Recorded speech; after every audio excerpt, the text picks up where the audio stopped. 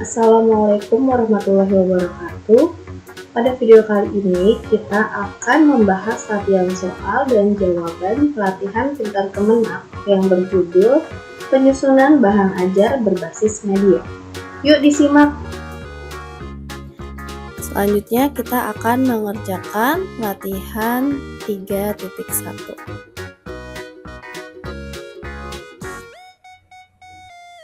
Untuk soal pertama, apa yang dimaksud dengan penyusunan bahan ajar? Yaitu proses merancang dan menyusun bahan ajar. Nomor 2, apa peran teknologi dalam menyusun bahan ajar modern? Peran teknologi mempermudah akses informasi. Soal nomor 3, apa manfaat penggunaan media pembelajaran dalam bahan ajar? Yaitu memudahkan pemahaman konsep. Nomor 4, manakah yang bukan termasuk komponen bahan ajar? Jawabannya yaitu jumlah siswa di kelas. Soal nomor 5 di bawah ini merupakan tujuan penyusunan bahan ajar, kecuali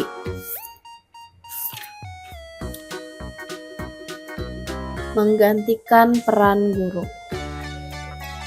Soal nomor 6, segala bentuk bahan yang digunakan untuk membantu guru atau instruktur dalam melaksanakan kegiatan belajar mengajar di kelas, yaitu bahan ajar.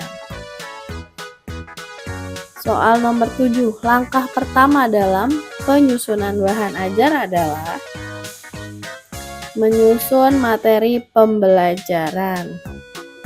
Nomor 8, apa yang dimaksud dengan bahan ajar teks?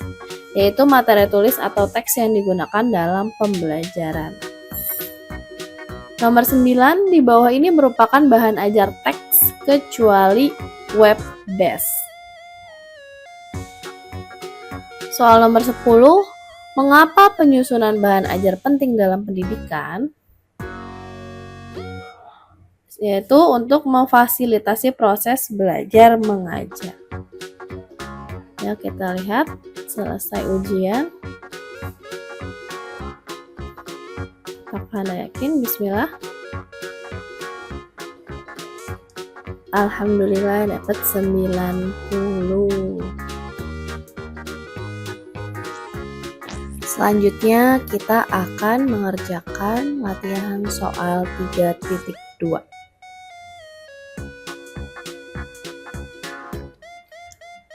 Soal pertama, apa langkah awal dalam melakukan analisis kebutuhan bahan ajar?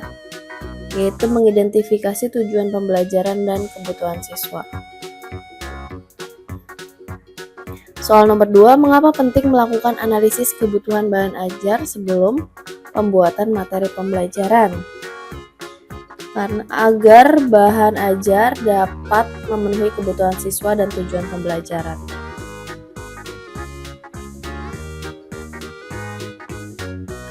Soal nomor 3, apa manfaat melakukan evaluasi berkelanjutan terhadap bahan ajar setelah digunakan?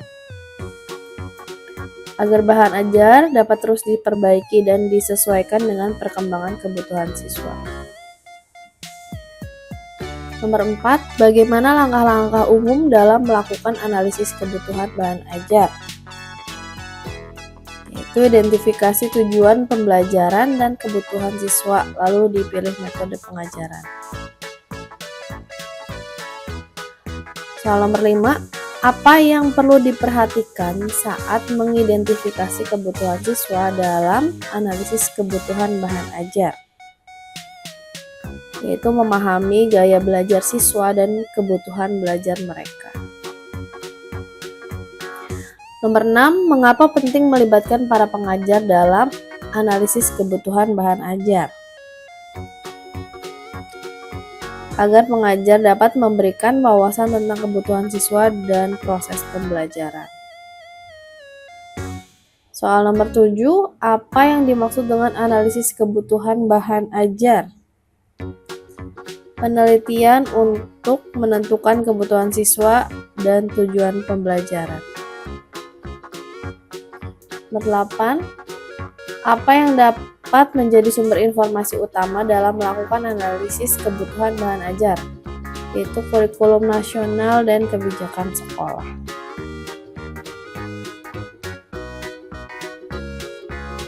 Nomor 9, mengapa penting memahami gaya belajar siswa dalam analisis kebutuhan bahan ajar?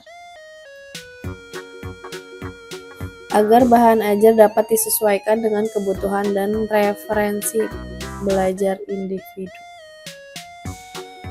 Nomor 10, apa yang dimaksud dengan mengidentifikasi tujuan pembelajaran dalam konteks analisis kebutuhan bahan ajar? Merumuskan hasil yang diharapkan dari proses pembelajaran. Selanjutnya selesai ujian. Bismillah. Alhamdulillah dapat 100. Selanjutnya kita akan mengerjakan latihan 3.3. Soal nomor 1, manakah dari berikut ini yang dapat dianggap sebagai karakteristik modul yang baik? Yaitu terstruktur yang terorganisir dengan jelas dan paduan belajar yang jelas. Soal nomor 2, keuntungan utama penggunaan modul sebagai bahan ajar adalah kemampuan untuk memfasilitasi pemahaman melalui tulisan dan visual. Soal nomor 3, bagaimana modul dapat meningkatkan fleksibilitas dalam pembelajaran? Dengan menyediakan berbagai metode pengajaran dan evaluasi. Nomor 4, karakteristik bahan ajar teks. Materi pembelajaran yang disajikan dalam bentuk tulisan. Nomor 5 ini sepertinya tidak sempurna teruploadnya. Nomor 6, apa tujuan utama dari pembuatan poster sebagai bahan ajar teks? Yaitu memvisualisasikan informasi dengan grafik dan gambar. Soal nomor 7, apa yang membedakan modul sebagai jenis bahan ajar teks? Yaitu modul lebih cenderung bersifat interaktif. Soal nomor 8, bagaimana cara meningkatkan efektivitas bahan ajar teks? Yaitu menambahkan elemen visual seperti gambar dan diagram. Nomor 9, apa yang dimaksud dengan bahan ajar teks? Yaitu bahan ajar yang menggunakan media cetak. Nomor 10, berikut ini termasuk dalam jenis bahan ajar cetak adalah yaitu buku teks, handout, dan modul. Kita selesaikan. Bismillah. Selanjutnya kita akan mengerjakan latihan 3.4.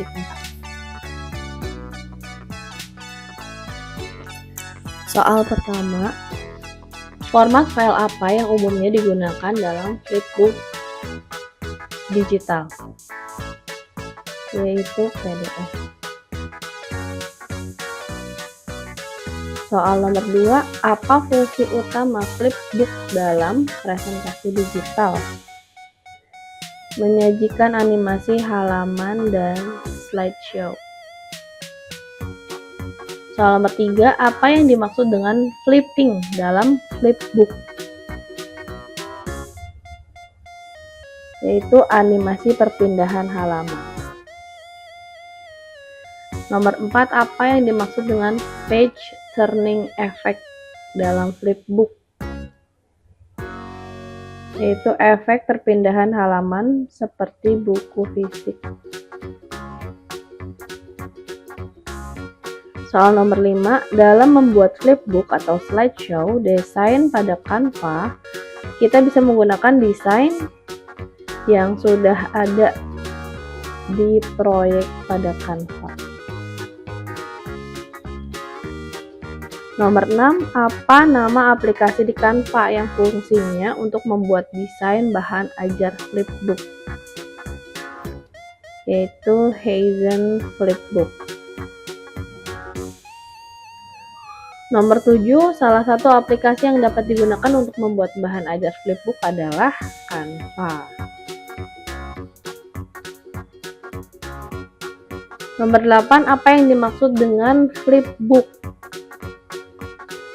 Penyajian media belajar buku dalam bentuk virtual.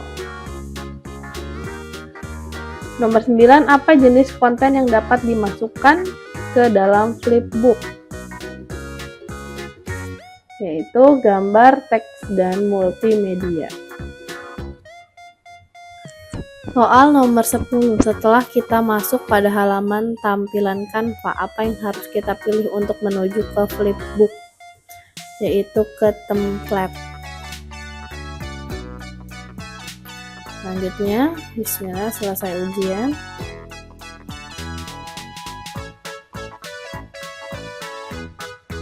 Selanjutnya kita akan mengerjakan latihan 3.5.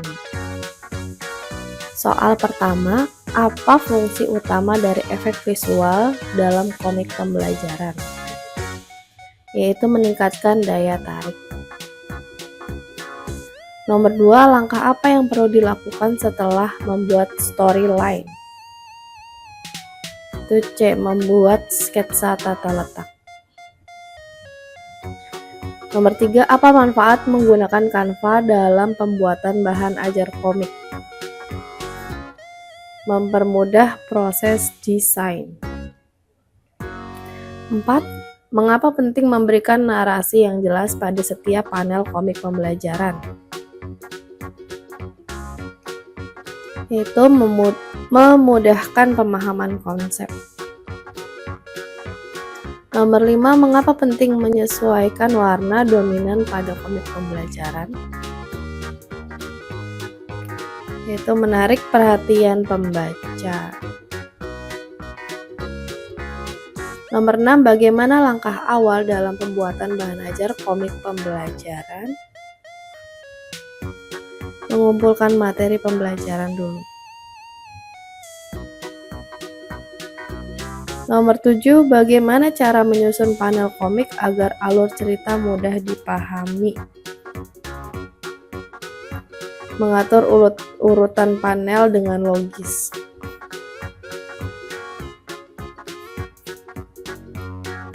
Nomor 8, langkah apa yang perlu dilakukan setelah menentukan tema komik pembelajaran? Yaitu membuat storyline. 9, bagaimana cara menambahkan teks pada komik pembelajaran di Canva? Yaitu menggunakan fitur teks Canva.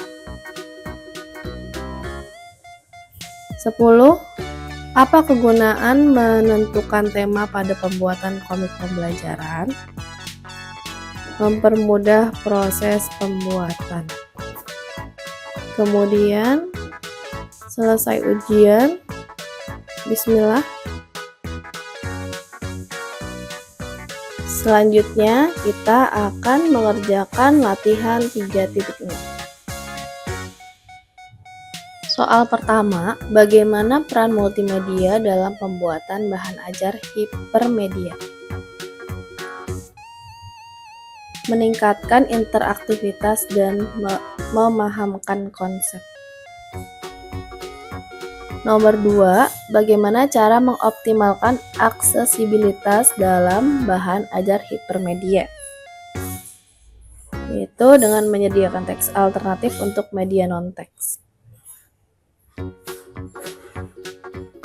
Nomor 3, bagaimana desain navigasi yang baik sangat penting dalam pembuatan bahan ajar hipermedia? Yaitu memastikan pengguna dapat dengan mudah menemukan informasi. Nomor 4, apa perbedaan utama antara hiperteks dan hipermedia? Hiperteks berisi teks, sedangkan hipermedia dapat mencakup berbagai jenis media. Nomor 5, Apa yang dimaksud dengan interaktivitas dalam konteks hipermedia? Yaitu kemampuan pengguna untuk berinteraksi dengan konten. Nomor 6, mengapa penting melakukan uji coba pengguna terhadap bahan ajar hipermedia? Yaitu untuk mengidentifikasi masalah navigasi dan pengalaman pengguna. Nomor 7, apa yang dimaksud dengan hipermedia dalam konteks pembuatan bahan ajar? Yaitu media yang memuat hiperlink untuk menghubungkan informasi. 8. Apa keuntungan menyematkan asesmen atau kuis interaktif dalam bahan ajar hipermedia?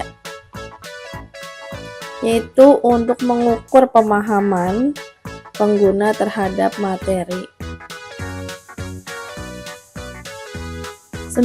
Apa yang dimaksud dengan hyper dalam konteks hipermedia? Yaitu menunjukkan proses perpindahan antara media yang tidak linear. Nomor 10, keuntungan utama penggunaan hipermedia dalam pembuatan bahan ajar adalah interaktivitas dan fleksibilitas. Selanjutnya, selesai ujian. Bismillah. Alhamdulillah dapat 100.